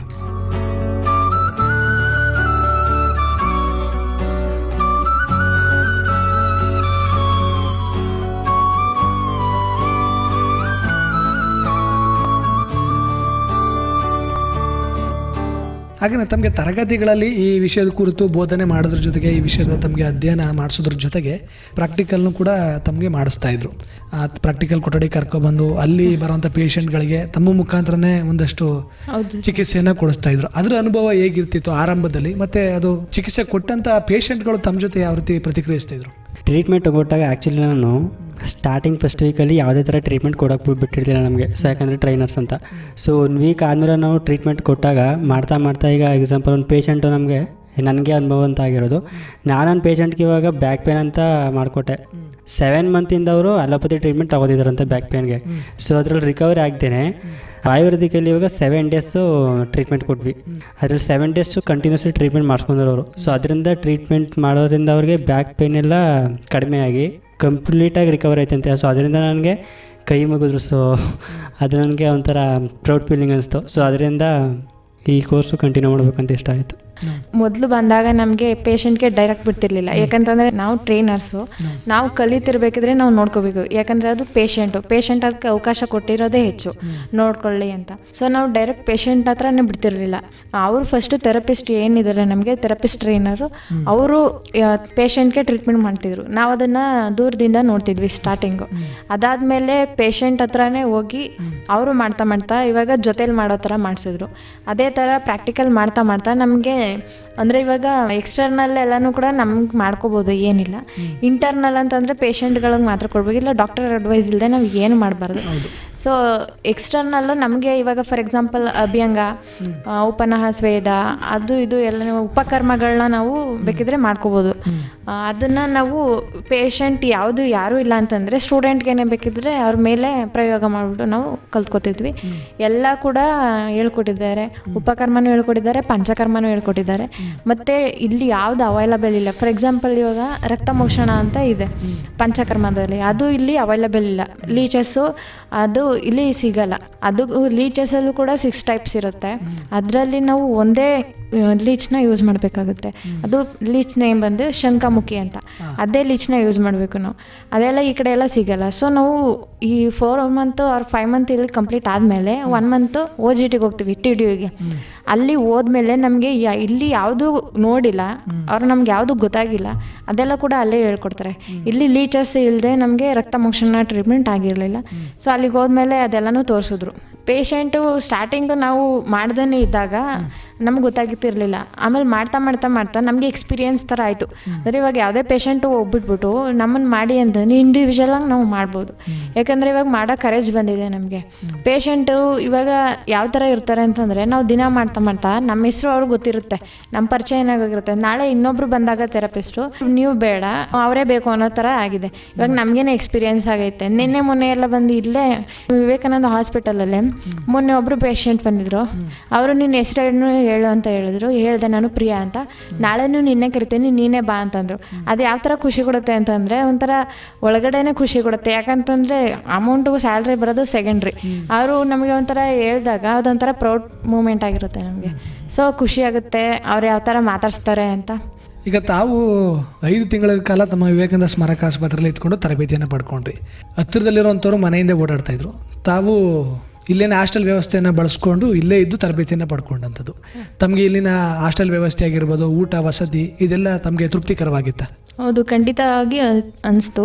ಯಾಕಂದರೆ ವಸತಿ ಕೊಟ್ಬಿಟ್ಟು ಮತ್ತು ಊಟ ಎಲ್ಲ ಚೆನ್ನಾಗೇ ಕೊಡ್ತಾರೆ. ಅದು 3 ಟೈಮ್ಸು ನಮ್ಗೆ ಯಾವುದೇ ಥರ ಇದು ಕೊರತೆ ಬರಬಾರ್ದು ಅನ್ನೋ ಥರ ನಮಗೆ ಸುಧಾರಣೆ ಮ್ಯಾಮು ಚೆನ್ನಾಗಿ ನೋಡ್ಕೊಂಡಿದ್ದಾರೆ. ಇವಾಗ ವಸತಿಗೆ ಹೋದರೂ ಅಲ್ಲೂ ಕೂಡ ನಮಗೆ ಯಾವುದೇ ಥರ ಹಿಂಸೆ ಇರಬಾರ್ದು. ಹಾಸಿಗೆಯಿಂದ ಹಿಡಿದು ಅಲ್ಲಿರೋ ಎಲ್ಲ ವ್ಯವಸ್ಥೆನ ನಮಗೆ ಸುಧಾರಣೆ ಮ್ಯಾಮು ಎಲ್ಲನೂ ಕರೆಕ್ಟಾಗಿ ಮಾಡಿಕೊಟ್ಟಿದ್ದಾರೆ. ಮತ್ತು ಊಟದ ವಿಷಯದಲ್ಲೂ ಅಷ್ಟೇ ಮ್ಯಾಮು ಯಾವ ವಿಷಯದಲ್ಲಿ ಕಾಂಪ್ರಮೈಸ್ ಆಗಿಬಿಟ್ರು, ಊಟದ ವಿಷಯದಲ್ಲಿ ಮಾತ್ರ ನಮಗೆ ಇಷ್ಟವಾದ ಥರದ್ದೇ ಮಾಡಿಸ್ಕೊಡ್ತಿದ್ರು. ನಮ್ಗೆ ಯಾವುದೇ ಥರ ಕಷ್ಟ ಅಂತಲೂ ಅನಿಸ್ಲಿಲ್ಲ, ಏನೂ ಅನಿಸ್ಲಿಲ್ಲ. ಮ್ಯಾಮು ಬೇಕಾದ್ರೆ ನಿಮ್ಗೆ ಏನು ಫುಡ್ ಇಷ್ಟ ಹೇಳಿ ಅದನ್ನೇ ಮಾಡಿಸ್ಕೊಡ್ತೀನಿ ಅಂತಲೇ ಇದು ಮಾಡ್ತಿದ್ರು. ಆಮೇಲೆ ಅವರು ಬಂದು ನಮಗೆ ಕೇಳ್ತಿದ್ರು, ದಿನ ಟಿಫನ್ ಚೆನ್ನಾಗಿತ್ತಾ, ಊಟ ಚೆನ್ನಾಗಿತ್ತಾ ಅಂತೆಲ್ಲ ಕೇಳ್ತಿದ್ರು. ಅದು ಹಾಸ್ಟೆಲಲ್ಲಿ ಏನಾದ್ರು ಪ್ರಾಬ್ಲಮ್ಮಾ ಎಲ್ಲನೂ ನಮಗೆ ಚೆನ್ನಾಗಿ ನೋಡ್ಕೊತಿದ್ರು ಸುಧಾರಣೆ ಮ್ಯಾಮು. ಸೊ ನಮ್ಗೆ ಯಾವುದೇ ಥರ ಕೊರತೆ ಬರಲಿಲ್ಲ. ಆಮೇಲೆ ಇನ್ನೊಂದೇನಪ್ಪ ಅಂತಂದರೆ ನಾವು TDUಗೆ ಹೋದ್ವಿ. ಅಲ್ಲೋದ್ಮೇಲೆ ನಮಗೆ ಇದ್ರ ತುಂಬ ಬೆಲೆ ಗೊತ್ತಾಗೋಯ್ತು, ಊಟದ ಬೆಲೆ. ಯಾಕಂದರೆ ಅಲ್ಲಿ ಫುಡ್ ಏನು ಮಾಡ್ತಿದ್ರು ಅಂತಂದರೆ ಪೇಷಂಟ್ ಕೊಡ್ತಿದ್ದನ್ನು ನಮ್ಗೆ ಅಲ್ಲೇ ಕೊಡ್ತಿದ್ದಲ್ವಾ, ಅಂದರೆ ಚೆನ್ನಾಗಿರ್ತಿತ್ತು. ಬಟ್ ನೈಟ್ ಟೈಮ್ ಒಂದೊಂದು ಸಲ ಆ ಕಡೆ ಎಲ್ಲ ಅಂದರೆ ಆಯುರ್ವೇದಿಕ್ ಫುಡ್ ಅಲ್ವಾ, ಸೊ ಸಪ್ಪೆ ಆ ಥರ ಇರ್ತಿತ್ತು. ಅವಾಗ ನಾವು ಫೀಲ್ ಆಗ್ತಿದ್ವಿ, ಓ ಅಲ್ಲೆಷ್ಟು ಚೆನ್ನಾಗಿ ಮಾಡ್ತಿದ್ರು. ನಮಗೆ ಸ್ವಾಮಿ ವಿವೇಕಾನಂದ ಹಾಸ್ಟೆಲಲ್ಲಿ ಮಾಡಿಕೊಡ್ತಿದ್ದೇನೆ ತುಂಬ ಚೆನ್ನಾಗಿತ್ತು. ಅಲ್ಲಿ ಕೊಡೋ ಕ್ಯಾಂಟೀನ್ ಊಟನೇ ಚೆನ್ನಾಗಿತ್ತು. ಅಲ್ಲಿಗೆ ಹೋದ್ಮೇಲೆ ಈ ಬೆಲೆ ನಮಗೆ ತುಂಬ ಗೊತ್ತಾಗಿದೆ. ಸೊ ಅದು ಚೆನ್ನಾಗಿತ್ತು. ಆದರೆ ಇದು ಮಾತ್ರ ಇನ್ನೂ ಬೆಸ್ಟೆಸ್ಟಾಗಿ ಚೆನ್ನಾಗಿತ್ತು. ಹಾಗಿದ್ರೆ ತಾವು 5 ತಿಂಗಳ ಕಾಲ ನಮ್ಮ ವಿವೇಕಾನಂದ ಸ್ಮಾರಕ ಆಸ್ಪತ್ರೆಯಲ್ಲಿ ತರಬೇತಿಯನ್ನು ಪಡ್ಕೊಂಡು 1 ತಿಂಗಳ ಕಾಲ ತಾವು ಬೆಂಗಳೂರಿನಲ್ಲಿ ಈ ಒಂದು ತರಬೇತಿಯನ್ನು ಪಡೆದು ಒಟ್ಟು 6 ತಿಂಗಳ ಕಾಲ ತಾವು ತರಬೇತಿಯನ್ನು ಪಡ್ಕೊಂಡ್ರಿ. ಈ 6 ತಿಂಗಳ ಕಾಲ ತಾವು ತರಬೇತಿಯನ್ನು ಪಡ್ಕೊಳ್ಳಿಕ್ಕೆ ಪಂಚಕರ್ಮ ಥೆರಪಿ ಹಾಗೂ ಯೋಗ ಬೇಸಿಕ್ ಬಗ್ಗೆ ಒಂದು ಕೌಶಲ್ಯವನ್ನು ಹೆಚ್ಚಿಸಿಕೊಳ್ಳೋ ನಿಟ್ಟಿನಲ್ಲಿ ತಾವು ಕೊಟ್ಟಂಥ ಫೀಸ್ ಆಗಿರ್ಬೋದು, ಹಾಗೆಯೇ ಈ ತರಬೇತಿಯಿಂದ ತಮಗೆ ಪಡ್ಕೊಂಡಂಥ ಜ್ಞಾನ ಮತ್ತು ಇಲ್ಲಿನ ವ್ಯವಸ್ಥೆ ಆಗಿರ್ಬೋದು ತಮಗೆ ತೃಪ್ತಿಕರವಾಗಿದೆಯಾ? ಹೌದು, ಖಂಡಿತ. ಯಾಕಂದರೆ ಇವಾಗ ಔಟ್ ಸೈಡಲ್ಲೇ ನೀವು ಕೋರ್ಸ್ ಅಥವಾ ಯಾವುದಾದ್ರೂ ಮಾಡ್ತೀವಿ ಅಂತಂದರೆ, ಟೌನ್ ಕಡೆ ಮಾಡ್ತೀವಿ ಅಂದರೆ ನಿಮಗೆ ಮಿನಿಮಮ್ 50K ಆ ಥರ ಇರುತ್ತೆ. ಸೊ ಇದರಲ್ಲೇ ನಮಗೆ ರೂಮು ಕೊಟ್ಟು ಊಟನೂ ಕೊಟ್ಟು 20K ತಗೋದಾರಂದರೆ ಕಂಫರ್ಟಬಲ್ ಆಗಿರುತ್ತೆ. ಸೊ ಅದರಿಂದ ನಮ್ಗೆ ಯಾವುದೇ ಥರ ಬೇಸರ ಇಲ್ಲ. ಮನೆಯಿಂದ ಹಾಸ್ಪಿಟ್ಲಾಗ ಅಪ್ ಆ್ಯಂಡ್ ಡೌನ್ ಮಾಡ್ತೀವಿ ಅಂದರೆ ಓನ್ಲಿ 50K ಇರುತ್ತೆ. ದೆನ್ ನಾವು ಹಾಸ್ಟೆಲ್ಲ ಇರ್ತೀವಿ ಅಂದರೆ 20K ಆಗುತ್ತೆ. ಸೊ ಅದರಿಂದ ತೃಪ್ತಿಕರ. ಅಂದರೆ ನಾವು ಇವಾಗ ಡೇ ಸ್ಕಾಲರ್ ಸ್ಟೂಡೆಂಟ್ಗೆ 15,000 ಇರುತ್ತೆ 6 ತಿಂಗಳಿಗೆ. ಹೌದು, 6 ತಿಂಗಳಿಗೆ. ಇಲ್ಲಿ ನಮಗೆ ಹಾಸ್ಟೆಲಲ್ಲಿ ಇರೋರಿಗೆ 20 ತಗೋತಾರೆ ಇದನ್ನು ಅಮೌಂಟ್ನ. ನಮ್ಗೆ ಸ್ಯಾಟಿಸ್ಫೈಡ್ ಇದೆ. ಇನ್ನು ನಮಗೆ ನಬಾರ್ಡ್ ಸಂಸ್ಥೆ ಅಮೌಂಟ್ ಹಾಕ್ಕೊಟ್ಟಿದೆ, ಅದು ಎಷ್ಟು ಅಂತ ನಮಗೆ ಗೊತ್ತಿಲ್ಲ, ಆದರೆ ಹಾಕ್ಕೊಟ್ಟಿದ್ದಾರೆ. ಅವರು ತುಂಬ ಎಲ್ಲ ಸ್ಟೂಡೆಂಟ್ಸ್ಗೂ ಹಾಕ್ಕೊಟ್ಟಿದ್ದಾರೆ. ಏನಂತಂದರೆ ನಮಗೆ ಫಸ್ಟು ಇಷ್ಟು ಅಮೌಂಟ್ ಕೊಟ್ಟಿದ್ದೀವ ಅನ್ನೋ ಥರ ಫೀಲ್ ಆಗ್ತಿತ್ತು. ಬಟ್ ನಾವು TDUಗೆ ಹೋದಾಗೆ ಗೊತ್ತಾಗಿದ್ದು ಅವರು ಎಷ್ಟು ಪೇ ಮಾಡ್ತಿದ್ದಾರೆ ಅಂತ. ಕ್ಯಾಂಟೀನ್ಗೆ 1 ತಿಂಗಳಿಗೆ 6,000 7,000 ಪೇ ಮಾಡ್ತಾರೆ. ಮತ್ತು ಅಲ್ಲಿ ಹಾಸ್ಟೆಲಲ್ಲಿ ಉಳ್ಕೊಳ್ಳೋಕ್ಕೆ ಅವರು ಒಬ್ಬರು ಒಂದು ರೂಮಲ್ಲಿ ಇರ್ತೀನಿ ಅಂದರೆ 6,000, ಅಥವಾ 2 ಮೆಂಬರ್ಸ್ ಇರ್ತೀನಿ ಅಂದರೆ ಒಬ್ಬರಿಗೆ 3,000 ಆ ಥರ ಇರುತ್ತೆ. ನಮಗೆ ಅಲ್ಲಿಗೆ ಹೋದ್ಮೇಲೆ ಗೊತ್ತಾಯಿತು. ಆಮೇಲೆ ಅಲ್ಲೂ ಕೂಡ ಇದೇ ಥರ ಸ್ಟೂಡೆಂಟ್ಸು ಸ್ಟಡಿ ಮಾಡ್ತಾ ಇದ್ದಾರೆ. ನಾವು ಯಾವ ಥರ ಇಲ್ಲಿ PTYB ಕೋರ್ಸ್ ಮಾಡ್ತಿದ್ದೀವಿ, ಅಲ್ಲೂ ಕೂಡ ಡಿಪ್ಲೊಮಾ ಸ್ಟೂಡೆಂಟ್ ಆಗಿರ್ಬೋದು, PTYB ಸ್ಟೂಡೆಂಟ್ಸ್ ಆಗಿರ್ಬೋದು, ಅವರು ಕೂಡ ಅಲ್ಲಿ ಓದ್ತಾ ಇದ್ದಾರೆ. ಆದರೆ ನಾವು ಫೀಸ್ ಎಷ್ಟು ನಿಮಗೆ ಅಂತ ಕೇಳಿದ್ವಿ. ಅವರು ಹೇಳಿದ್ರು ಇಷ್ಟು ಕೊಟ್ಟಿದ್ದೀವಿ, 45,000 ಕೊಟ್ಟಿದ್ದೀವಿ, 50,000 ಕೊಟ್ಟಿದ್ದೀವಿ ಅಂತ. ಆಗ ನಮಗೆ ಶಾಕ್ ಆಯಿತು. ನಾವು ಫಸ್ಟು ನಮ್ಮದೇ ಜಾಸ್ತಿ ಅಂತ ಅನ್ಕೋತಿದ್ವಿ, ಇಲ್ಲಿ ನೋಡಿದ್ರೆ ನಮಗಿಂತ ಡಬಲ್ ಇವರೇ ಇದು ಮಾಡ್ತಿದ್ದಾರೆ ಅಂತ. TDUಗೂ ಕೂಡ ಅಲ್ಲಿ ಇನ್ನೂ ಅಮೌಂಟ್ ಕಟ್ತಾರೆ, ಮತ್ತು AM ಹಾಸ್ಪಿಟಲ್ ಅಲ್ಲಿಗೂ ಕೂಡ ಅಮೌಂಟ್ ಕಟ್ತಾರೆ, ಪ್ಲಸ್ ಕ್ಯಾಂಟೀನ್ಗೂ ಕಟ್ತಾರೆ. ಅವಾಗ ನಾನು ಅಂತಿದ್ದೆ, ಈ ಸ್ವಾಮಿ ವಿವೇಕಾನಂದ ಅವರಿಗೆ ಎಷ್ಟು ಥ್ಯಾಂಕ್ಸ್ ಹೇಳಿದ್ರು ಸಾಲಲ್ಲ. ಯಾಕಂದರೆ 20 ನಾವು ಕೈಯಲ್ಲಿ ಕೊಟ್ಟಿರೋದು, ಅವರು 1 ಮಂತ್ಗೆ ಅಷ್ಟು ಕಟ್ತಾ ಇದ್ದಾರೆ. ನಾವು 6 ಮಂತ್ ಫುಲ್ ಕಟ್ಬಿಟ್ಟು ಅಷ್ಟು ಕಮ್ಮಿ ದುಡ್ಡಲ್ಲಿ ಬಂದ್ಬಿಟ್ಟು ಹೌದು ಮಾಡಿಬಿಟ್ಟು ಸ್ಯಾಲ್ರಿ ಕೂಡ ಚೆನ್ನಾಗಿರೋದು ಅಲ್ಲೇ ಪ್ಲೇಸ್ಮೆಂಟು ಮಾಡಿಬಿಟ್ಟು ಸ್ಯಾಲ್ರಿ 13,000 ಮಸ್ಟ್ ಆ್ಯಂಡ್ ಶುಡ್ ಬರೋ ಥರ ಎಲ್ರಿಗೂ ಪ್ಲೇಸ್ಮೆಂಟ್ ಮಾಡಿಕೊಟ್ಟಿರೋದು.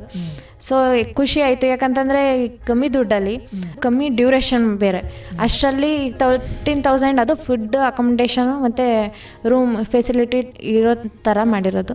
ಸೊ ಅಫ್ಕೋರ್ಸ್ ಖುಷಿ ಆಗುತ್ತೆ. ಯಾಕಂತಂದರೆ ಈಗ ಇಷ್ಟೆಲ್ಲ ಈಗ ನಾವು ಬೇರೆ ಕೆಲಸಕ್ಕೆ ಸೇರಿಕೊಂಡಿದ್ರು ಈಗ 15,000 ಅಂತಲೇ ಬಂದಿದ್ರು. PGಗೆ ಸೇರ್ಕೊಂಡಿದ್ರೆ ಅಲ್ಲೊಂದು 5 ಹೋಗ್ತಿತ್ತು. ಆಮೇಲೆ ಈ ನಮ್ಮ ಖರ್ಚು ಅಂತ ಇರುತ್ತೆ, ಅದಕ್ಕೊಂದು 2,000 or 3,000 ಹೋಗ್ತಾಯಿತ್ತು. ನಮಗಲ್ಲಿ 5,000 ಕೂಡ ಸೇವ್ ಆಗ್ತಿರಲಿಲ್ಲ, ಮನೆಗೆ ಎಷ್ಟೋ ಕೊಡೋಕ್ಕಾಗ್ತಿರಲಿಲ್ಲ. ಆದರೆ ಇದು ವಿತ್ ಫುಡ್ ಅಕಾಮಿಡೇಷನ್ ಮತ್ತು ರೂಮ್ ಇರುತ್ತೆ. ಅಷ್ಟು ಕೊಟ್ಟೆನೂ ಕೂಡ ನಮಗೆ ಸ್ಯಾಲ್ರಿ ಚೆನ್ನಾಗಿ ಬರುತ್ತೆ. ಅದು ಸ್ಟಾರ್ಟಿಂಗ್ಗೆ 13-14 ಅಂತಂದರೆ ಎಕ್ಸ್ಪೀರಿಯೆನ್ಸ್ ಆದರೆ ಇನ್ನೂ ಜಾಸ್ತಿ ಮಾಡ್ತಾ ಇರ್ತಾರೆ. ಇವಾಗ 1 ವರ್ಷ ಆದಮೇಲೆ ಜಾಸ್ತಿ ಮಾಡೋದು, ಇಲ್ಲ 6 ತಿಂಗಳಾದ್ಮೇಲೆ ಜಾಸ್ತಿ ಮಾಡೋದು, ಆ ಥರ ಎಲ್ಲ ಇದೆ ಆಯುರ್ವೇದಿಕಲ್ಲಿ. ಸೀನಿಯರ್ ಥೆರಪಿಸ್ಟ್ಗೆ ನಾವು ಕೇಳಿರೋ ಪ್ರಕಾರ ಇವಾಗ 13,000 ಇರ್ಬೋದು, ಇಲ್ಲ 40,000 ಇರ್ಬೋದು. ನಮಗೆ ಆಮೇಲೆ ಅನಿಸ್ತು, ಅಲ್ಲಿಗೋದ್ಮೇಲೆ ಗೊತ್ತಾಯಿತು, ನಾವು ಇವಾಗ ಸ್ಟಾರ್ಟಿಂಗ್ 13 ಬಂದರೆ ಇನ್ನು 30 ಬರೋ ಥರ ನಾವು ಕೆಲಸ ಮಾಡ್ಬೋದು, ನಮಗೂ ಬರುತ್ತೆ ಅನ್ನೋ ಫೀಲ್ ಆಯಿತು. ಖುಷಿ ಆಯಿತು ಅಲ್ಲಿಗೋದ್ಮೇಲೆ. ಆಮೇಲೆ ಇದ್ರದ್ದು ತುಂಬ ವ್ಯಾಲ್ಯೂ ಗೊತ್ತಾಯಿತು ಏನು ಅಂತ. ಯಾಕಂದರೆ ಅಲ್ಲಿ ತುಂಬ ಇನ್ವೆಸ್ಟ್ ಮಾಡ್ಬಿಟ್ಟು ಬಂದಿರ್ತಾರೆ. ನಾವು ಇಷ್ಟು ಕಮ್ಮಿ ದುಡ್ಡಲ್ಲಿ ಬಂದಿದ್ದೀವಲ್ಲ ಅಂತ ನಮಗೆ ಖುಷಿ ಆಯಿತು. ಮನೆಯದು ಅಮೌಂಟ್ ಏನು ಜಾಸ್ತಿ ಇದು ಮಾಡಲಿಲ್ಲ, ಖರ್ಚು ಮಾಡಿಸ್ಲಿಲ್ಲ, ಅದೊಂಥರ ಖುಷಿ ಆಯಿತು. ಇಲ್ಲಿ ಅಷ್ಟಷ್ಟು ದೊಡ್ಡೆಲ್ಲ ಅಮೌಂಟ್ ಎಲ್ಲ ಕಟ್ಬಿಟ್ಟು ಬಂದವ್ರೆ ಅಂತೆಲ್ಲ ಅನಿಸ್ತಿತ್ತು, ಖುಷಿ ಆಯಿತು. ಯಾಕಂತಂದರೆ ಸ್ವಾಮಿ ವಿವೇಕಾನಂದ ಅವರು ನಮಗೆ ಖುಷಿ ಬರ್ಸ್ಕೊಟ್ಟಿದ್ದಾರೆ. ಕಮ್ಮಿ ದುಡ್ಡಲ್ಲಿ ಇದು ಮಾಡಿಬಿಟ್ಟು ಅವರು ನಮಗೆ ನಬಾರ್ಡ್ ಸಂಸ್ಥೆಯವರು ದುಡ್ಡು ಹಾಕಿದ್ದಾರೆ. ಸೊ ಖುಷಿ ಆಯಿತು ಸರ್. ಹಾಗಿದ್ರೆ ಈಗ ಪ್ರೆಸೆಂಟ್ ನಾವು ನೋಡ್ತು ಅಂದರೆ ಎಷ್ಟೇ ಶಿಕ್ಷಣವನ್ನು ಪಡೆದಿದ್ರು ಉದ್ಯೋಗ ಆರಿಸ್ಕೊಳ್ಳೋ ನಿಟ್ಟಿನಲ್ಲಿ ಉದ್ಯೋಗ ಸಿಗೋದ್ರಲ್ಲಿ ಭಾಳ ಕಷ್ಟ ಆಗ್ತಾಯಿದೆ. ನಿರುದ್ಯೋಗ ಅನ್ನೋದು ಯೂತ್ಸಲ್ಲಿ ನಾವು ಕಾಮನಾಗಿ ನೋಡ್ತಾ ಇದ್ವಿ. ಆ ನಿಟ್ಟಿನಲ್ಲಿ ಈ ಥರ ಒಂದು ವೃತ್ತಿಪರ ತರಬೇತಿಗಳನ್ನು ಕೋರ್ಸ್ಗಳನ್ನ ಮಾಡ್ಕೊಳ್ಳೋದ್ರಿಂದ ಶಿಕ್ಷಣ ಯಾವುದೇ ಪಡೆದಿದ್ರು ಕೂಡ ಈ ಥರ ತರಬೇತಿಗಳನ್ನ ಪಡ್ಕೊಂಡ್ರೆ ಉದ್ಯೋಗ ಸಿಗೋ ನಿಟ್ಟಿನಲ್ಲಿ ಆಗಿರ್ಬೋದು, ನಮ್ಮ ಭವಿಷ್ಯವನ್ನು ರೂಪಿಸ್ಕೊಳ್ಳೋ ನಿಟ್ಟಿನಲ್ಲಿ ಈ ಥರ ಕೋರ್ಸ್ಗಳು ಎಷ್ಟು ಅನುಕೂಲ ಆಗುತ್ತೆ ಅನ್ನೋದು ಕುರಿತು ಯುವ ಪೀಳಿಗೆಗೆ ತಾವೇನು ಸಲಹೆ ಕೊಡ್ತೀರಾ? ಫಾರ್ ಎಕ್ಸಾಂಪಲ್ ಇವಾಗ ನಾನು ಫ್ರೆಂಡೇ ಆಗಿರ್ಬೋದು, BCom ಮಾಡಿ ಇವಾಗ ಬೇಕರಿಲಾಗಿರ್ಬೋದು ಕೆಲಸ ಮಾಡ್ತಿದ್ದೇನೆ. ಅದರಿಂದ ಈಗ ಎಷ್ಟೇ ಹೋದ್ರೂ ಕೂಡ ಕೆಲಸ ಅನ್ನೋದು ಸಿಗೋಲ್ಲ. ಸೊ ಅದರಿಂದ ಈಗ ಶಾರ್ಟ್ ಟೈಮ್ ಡ್ಯೂರೇಷನಲ್ಲಿ ಈ ಥರ ಕೋರ್ಸಸ್ ಆಗಿರ್ಬೋದು ಈ ಥರ ಮಾಡಿದ್ರೆ ಯೂಸ್ಫುಲ್ ಆಗುತ್ತೆ. ಮತ್ತು ಈ ಕೋರ್ಸಲ್ಲಿ ಕೂಡ ಫ್ಯೂಚರ್ ಬೇರೆ ಇರುತ್ತೆ, ಸ್ಯಾಲ್ರಿ ಕೂಡ ಈಗ ಆಗುತ್ತೆ, ದೆನ್ ಪ್ಲೇಸ್ಮೆಂಟ್ ಕೂಡ ಚೆನ್ನಾಗಿರುತ್ತೆ. ದೆನ್ ಈಗ ಎಕ್ಸ್ಪೀರಿಯೆನ್ಸ್ ಆದರೆ ಇದರಲ್ಲೇ ಈಗ ದೊಡ್ಡ ದೊಡ್ಡ ಹಾಸ್ಪಿಟ್ಲಲ್ಲಿ ಆಗಿರ್ಬೋದು, ದೆನ್ ಅದರಲ್ಲೇ ಡಬಲ್ ಆಗೋ ಸ್ಯಾಲ್ರಿ ಆಗಿರ್ಬೋದು, ಆ ಥರ ಎಲ್ಲ ಫ್ಯೂಚರ್ಸ್ ಇದೆ ಇದರಲ್ಲಿ. ಸೊ ಅದರಿಂದ ಕೋರ್ಸ್ ಮಾಡಿದ್ರೂ ಕೂಡ ಯಾವ ಥರ ಕೋರ್ಸ್ ಮಾಡ್ತೀವಿ ಅನ್ನೋದು ಮುಖ್ಯ ಆಗುತ್ತೆ. ಸೊ ಅದರಿಂದ ಈಗ ಮೆಡಿಕಲ್ ಫೀಲ್ಡ್ಗಳಲ್ಲಿ ಈ ಥರ ಕೋರ್ಸ್ ಮಾಡಿದ್ರೆ ಯೂಸ್ಫುಲ್ ಆಗುತ್ತೆ ಅಂತ ಹೇಳ್ತೀನಿ. ಏನಪ್ಪ ಅಂತಂದರೆ ಇವಾಗ ಓದ್ಬಿಟ್ಟು ಮನೇಲಿರ್ತಾರೆ, ಅವ್ರಿಗೆ ಮನೇಲೆಲ್ಲ ಅಕ್ಕಪಕ್ಕ ಮನೆಯವರೆಲ್ಲ ಏನು ಮಾಡ್ತಾರೆ ಅಂತಂದರೆ ತುಂಬ ಇದು ಮಾಡ್ತಿರ್ತಾರೆ. ಏನಕ್ಕೆ ಮನೇಲಿದೆಯಾ, ಏನು ಮಾಡ್ತಿದ್ಯಾ, ಏನು ಮಾಡಬೇಕು ಅಂದ್ಕೊಂಡಿದ್ಯಾ, ಇಲ್ಲಾಂದರೆ ಮದುವೆ ಮಾಡಿಬಿಡಿ, ಆ ಥರ ಪ್ಲ್ಯಾನಿಂಗ್ ಎಲ್ಲ ಇರುತ್ತೆ. ಮನೆಯವರು ಅಂತಂದರೆ ಇವಾಗ ಅವ್ರ ಮಕ್ಕಳು ಜವಾಬ್ದಾರಿ ಏನಿದೆ ಅನ್ನೋದಕ್ಕಿಂತ ಹೆಚ್ಚಾಗಿ ಈ ಹಳ್ಳಿ ಕಡೆ ಎಲ್ಲ ಇವ್ರು ನೋಡಿದ್ರೆ ಏನಂತಾರೋ ಇಲ್ಲ ಏನು ಅಂದ್ಕೊಳ್ತಾರೋ ಅನ್ನೋ ಇದರಲ್ಲೇ ಇರ್ತಾರೆ. ಸೊ ಹಳ್ಳಿ ಜನ ಅಂತಂದರೆ ಅಫ್ಕೋರ್ಸ್ ಪಾವರ್ಟಿ ಏನು ಸ್ವಲ್ಪನಾದರೂ ಇರುತ್ತೆ. ಅವ್ರಿಗೆ ಏನು ಮಾಡೋದು, ಈಗ ಬೇರೆ ಬೇರೆ ಕಾಲೇಜಿಗೆ ಸೇರಿಸಿದ್ರೆ ಅಷ್ಟು ಅಮೌಂಟ್ ತಗೋದು, ನಾನು ಎಲ್ಲಿಂದ ತರೋದು, ಆ ಥರ ಎಲ್ಲ ಕ್ವಶನ್ ಅವ್ರಿಗೆ ಪೇರೆಂಟ್ಸಿಗೆ ಇರುತ್ತೆ. ಆದರೆ ಈ PTYB ಕೋರ್ಸ್ಗೆ ಅಷ್ಟೊಂದು ಅಮೌಂಟ್ ಏನು ನಾವು ಇನ್ವೆಸ್ಟ್ ಮಾಡೋ ಅವಶ್ಯಕತೆ ಇಲ್ಲ. ಆಮೇಲೆ ಒಂದೇ ಸಲ ಫೀಸ್ ಕೊಡಿ ಅಂತ ಕೂಡ ಇದು ಮಾಡ್ತಾ ಇಲ್ಲ. ಇಲ್ಲಿ ಯಾವ ಥರ ಅಂತಂದರೆ ಸ್ಟಾರ್ಟಿಂಗ್ ನಿಮ್ಗೆ ಎಷ್ಟಾಗುತ್ತೆ, ಈಗ 5000 ಕಟ್ಟಾಗುತ್ತೆ, ಆಯಿತು ಕಟ್ಟಿ, ಮಂತ್ಲಿ ನಿಮ್ಗೆ ಎಷ್ಟಾಗುತ್ತೆ, ಎಷ್ಟು ಸಿಗುತ್ತೆ ಅಷ್ಟು ಕಟ್ಟಿ, ಆ ಥರ ಇದು ಮಾಡ್ತಾರೆ. ಬೇರೆ ಕಡೆ ಏನಂತಂದ್ರೆ ಇವಾಗ ಲಕ್ಷ ಫೀಸ್ ಕೇಳ್ತಾರೆ, ನಾವು ಹೆಂಗೆ ತರಬೇಕು ಅಂತೆಲ್ಲ ಅವ್ರ ಪೇರೆಂಟ್ಸು ಮಕ್ಳಿಗೆ ತೋರಿಸ್ಕೊಳ್ಳಿಲ್ಲ ಅಂತಂದ್ರೆ ತುಂಬ ಥಿಂಕ್ ಮಾಡ್ತಾರೆ, ನನ್ನ ಮಗಳು ಫ್ಯೂಚರ್ ಏನಾಗ್ಬೋದು, ಏನು ಕೆಲಸ ಮಾಡ್ಬೋದು. ಈಗ ಕೆಲಸಕ್ಕೆ ಕಳಿಸ್ಲಿ, ಇಷ್ಟು ಓದ್ಬಿಟ್ಟು ಮನೇಲಿ ಕೂರಿಸಿದ್ರೆ ಅಕ್ಕಪಕ್ಕ ಮನೆಯವ್ರು ಏನು ಅನ್ಕೋತಾರೆ, ಇಲ್ಲಾಂದ್ರೆ ಮದುವೆ ಮಾಡಿದ್ರೆ ಇವಳು ಫ್ಯೂಚರ್ ಅಂತ ಬರೋ ಹುಡುಗ ಹೇಗಿರ್ತಾನೆ, ಆ ಥರ ಎಲ್ಲ ತುಂಬ ಥಿಂಕ್ ಮಾಡ್ತಾ ಇರ್ತಾರೆ. ಸೊ ಈ PTYB ಕೋರ್ಸ್ನ ಚೂಸ್ ಮಾಡಿದ್ರೆ ಅವ್ರ GDA ಅಂತ ನಮ್ಮದು ಇನ್ನೊಂದು ಕೋರ್ಸ್ ಇದೆ ಸರ್ಗೂರಲ್ಲಿ, ಅದನ್ನು ಚೂಸ್ ಮಾಡಿದ್ರೆ ಅವ್ರ ಫ್ಯೂಚರ್ಗೆ ತುಂಬ ಹೆಲ್ಪ್ ಆಗುತ್ತೆ. ಯಾಕಂತಂದರೆ ಶಾರ್ಟ್ ಟೈಮ್ ಇದು 6 ಮಂತ್, ಬೇರೆ ಯಾವ ಜಾಬು ಕೂಡ 6 ಮಂತ್ಗೆ ಆಗೋದಿಲ್ಲ. ಸೊ ನಾವು ಇದನ್ನು 6 ಮಂತಲ್ಲಿ ಕಮ್ಮಿ ಟೈಮಲ್ಲಿ ನಾವು PTYB ಕೋರ್ಸ್ನ ಮಾಡಿಬಿಟ್ಟು ಜಾಬ್ ಪ್ಲೇಸ್ಮೆಂಟ್ ಕೂಡ ಆಗುತ್ತೆ. ನಮ್ಮೇಲೆ ಪ್ಲೇಸ್ಮೆಂಟ್ ಕೂಡ ನಮ್ಗೆ ಯಾವ ಕಡೆ ಫೇವರೇಬಲ್ ಆಗಿರುತ್ತೆ ಆ ಕಡೆ ಕೂಡ ಹಾಕ್ಕೊಡ್ತಾರೆ. ಸೊ ನಮಗೀಗ ಮನೆ ನಿಯರೆಸ್ಟ್ ಮೈಸೂರಲ್ಲಿ ಇರ್ತೀವಿ ಅಂದರೆ ಮೈಸೂರಿಗೆ ಕೇಳಿದ್ರೆ ಮೈಸೂರಿಗೆ ಹಾಕ್ಕೊಡ್ತಾರೆ. ಆ ಥರ ನಮ್ಗೆ ಯಾವ ಹತ್ರ ಆಗಿರುತ್ತೆ ಅದೇ ಕಡೆ ಹಾಕ್ಕೊಡ್ತಾರೆ. ಮನೆಯವ್ರಿಗೂ ಕೂಡ ಸ್ಯಾಟಿಸ್ಫೈಡ್ ಇರುತ್ತೆ. ಇವಾಗ ನಮ್ಮ ಮಗಳನ್ನ ಕಳಿಸಿದ್ದೀನಿ, ಅಲ್ಲಿ ಚೆನ್ನಾಗಿ ಹೇಳ್ಕೊಡ್ತಾರೆ, ಚೆನ್ನಾಗಿ ಇದು ಮಾಡಿಕೊಡ್ತಾರೆ, ಚೆನ್ನಾಗೂ ನೋಡ್ಕೋತಾರೆ, ಅದು ಚೆನ್ನಾಗಿ ಊಟ ಕೊಡ್ತಾರೆ. ಈಗ ಹಾಸ್ಟೆಲ್ಗೆ ಸೇರಿಸ್ಬೇಕು ಅಂದರೆ ಬರೀ ಊಟ ಹೇಗಿರುತ್ತೆ, ನನ್ನ ಮಗಳಿಗೆ ಹೇಗೆ ಅಡ್ಜಸ್ಟ್ ಮಾಡ್ಕೋತಾಳೆ, ಆ ಥರ ತುಂಬ ಭಯ ಇರುತ್ತೆ ಪೇರೆಂಟ್ಸ್ಗೆ. ಸೊ ಇಲ್ಲಿ ಯಾವುದೇ ಥರ ಕೊರತೆ ಇಲ್ಲ. ಈಗ ನಮಗೆ ಫುಡ್ಡು ಸ್ವಲ್ಪ ಉಪ್ಪಾದರೂ ಕೂಡ ನಾವು ಇನ್ಫಾರ್ಮ್ ಮಾಡಿದ್ರೆ ಅದನ್ನು ಸರಿ ಮಾಡಿಸ್ತಾರೆ. ಆ ಥರ ಎಲ್ಲ ಚೆನ್ನಾಗಿ ನೋಡ್ಕೋತಾರೆ. ಸೊ ಯಾರು ಬಂದರೂ ಕೂಡ, ಈಗ ನ್ಯೂ ಸ್ಟೂಡೆಂಟ್ಸ್ ಬಂದರೂ ಕೂಡ ಅವ್ರಿಗೆ ಯಾವ ಥರ ಏನು ಫೀಲ್ ಆಗಬಾರ್ದು ಅಂತಂದರೆ ಯಾಕಾದರೂ ಬನ್ನೋ ಅಂತ ಅನಿಸ್ಬಾರ್ದು. ಆ ಥರ ಆಮೇಲೆ ಇಲ್ಲಿ ಸೀನಿಯರ್ಸ್ ಜೂನಿಯರ್ಸ್ ಅಂತ ಏನು ಭೇದ ಭಾವ ಏನೂ ಇಲ್ಲ, ಎಲ್ಲ ಫ್ರೆಂಡ್ಸು, ಎಲ್ಲ ಈಕ್ವಲ್ ಅಂತ, ಎಲ್ಲ ಸಿಸ್ಟರ್ಸ್ ಬ್ರದರ್ಸ್, ಆ ಥರ ಚೆನ್ನಾಗಿದೆ. ಯಾವ ಥರ ಫೀಲ್ ಅಂತಂದರೆ ಚೆನ್ನಾಗಿದೆ. ಇವಾಗ ನಾವು ಬಿಟ್ಟು ಹೋಗ್ಬೇಕು ಅಂದರೆ ನಮಗೆ ಬೇಜಾರಾಗ್ತಿದೆ. ಯಾಕಂತಂದರೆ ಇವಾಗ 6 ಮಂತ್ ಇದ್ದು ಮತ್ತು ಅಲ್ಲಿ TDUಗೆ ಹೋಗ್ಬಿಟ್ಟು ಬಂದ್ವಿ, ಬೇರೆ ಕಡೆ ಪ್ಲೇಸ್ಮೆಂಟ್ ಆಗಿದೆ ಎಲ್ಲರಿಗೂ ಬಿಟ್ಟು ಹೋಗ್ಬೇಕಲ್ಲ ಅನ್ನೋ ಬೇಜಾರು. ಅದಕ್ಕೆ ಈ ನ್ಯೂ ಸ್ಟೂಡೆಂಟ್ಸ್ ಬಂದರೆ ಅವ್ರಿಗೆ ತುಂಬ ಯೂಸ್ಫುಲ್ ಆಗುತ್ತೆ. ಯಾಕಂದರೆ ಇವಾಗ ನಮ್ಮನ್ನೇ ನೋಡಿ, ನಾವು 6 ಮಂತ್ ಹೇಗೆ ಹೋಯ್ತು ಅಂತಲೇ ಗೊತ್ತಿಲ್ಲ. ನಾವು ಇವಾಗ ಬಂದ್ವಿ ನೆನ್ನೆ ಮೊನ್ನೆ ಅನ್ನೋ ಥರ ಫೀಲ್ ಆಗ್ತಿದೆ. ಆದರೆ ಆಗಲೇ ನಾವು 6 ಮಂತ್ ಆಗಿ ಎಕ್ಸಾಮ್ಸು ಬರ್ದು ಈ ಪ್ಲೇಸ್ಮೆಂಟು ಕೂಡ ಆಗಿದೆ. ಇವಾಗ ಹೋಗೋದೊಂದು ಬಾಕಿ ಆಗಿದೆ ಅಷ್ಟೇ. ನಮಗೆ ಇವಾಗ ಯಾವ ಥರ ಆಗಿದೆ ಅಂದರೆ ಕಣ್ಣು ಮುಚ್ಚಿ ತೆಗೆದ ಥರ ಆಗಿದೆ ಅಷ್ಟೇ. ಜಾಸ್ತಿ ಏನು ಡ್ಯೂರೇಷನ್ ಇಲ್ವಲ್ಲ. ಸೊ ನಮಗೆ ಖುಷಿ ಕೊಟ್ಟಿದೆ ಸರ್. ಅವರು ನ್ಯೂ ಸ್ಟೂಡೆಂಟ್ಸ್ ಬಂದರೂ ಕೂಡ ಅವ್ರಿಗೆ ಯಾವುದೇ ಥರ ಕಷ್ಟ ಆಗಲ್ಲ ಅಂತ ಅನಿಸುತ್ತೆ.